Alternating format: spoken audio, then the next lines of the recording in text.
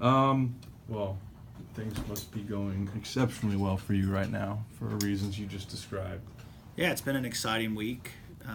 Obviously, the regular season home finale, getting 3 points against New York Red Bulls, a great game, 6 goals, 4 great goals by the good guys, in front of 30,000, setting a new record in the league. Being in the Washington Post over the weekend regarding our attendance and the growth of the game here in the United States. And then come back Tuesday, we were proud to host the U.S. women. A phenomenal game, again, some great goals in front of, I guess, the biggest attendance in 2 years for the U.S. women's team. I think the 7th all time. Another great show by Cincinnati. Yeah. And it's certainly something we're proud of. As I have surveyed and researched the expansion landscape in recent weeks, it has become very clear to me that some really prominent people in the U.S. soccer community, not U.S. soccer itself, Sure, but in the U.S. soccer community, and some really prominent people on our side of the industry think that FC Cincinnati is now a leading candidate for expansion. Do you acknowledge that you're getting that kind of attention right now? I know you don't like to. You're a little modest when it comes to matters like that. But it's my West Side nature. Right. Do you acknowledge my good Cincinnati upbringing?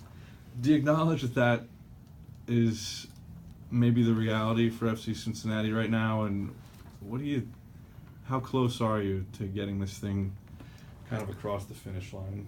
Well, we've been clear from the beginning. We're very bullish about Cincinnati. We certainly acknowledge that Cincinnati is a special place that would have a lot to add, would bring a lot to MLS under the leadership of our majority owner, Carl Lindner, and his family. So we've said that from the very beginning, that we're very bullish about our chances. And there's nothing that's happened over the last 11 months that's diminished our level of confidence. Having said that, we're very respectful of the process. The MLS and the owners of MLS are going to make the decision we expect in December. And all we can do is continue to work towards the guidelines that they've published, continue to assemble our ownership group, finalize our ownership group, work towards having a concrete stadium plan for a soccer-specific stadium, not a soccer-only stadium, but a soccer-specific stadium. Continue to grow our market here, work on some of the business pieces that can support our bid, and we feel that if we do all those things well and execute them before December 1, we feel really good about our chances.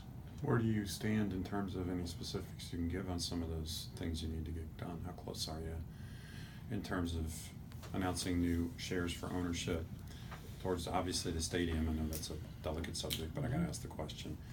I was just at the NKY Chamber breakfast yesterday, and it came up, with all the attention being paid to the Campbell County, the Claremont County situation, obviously. And it's funny because Steve Pender is usually very, very loquacious, and he immediately shut up. So I just need to ask where Sure. you stand on any specifics you can give us at this time towards any of that.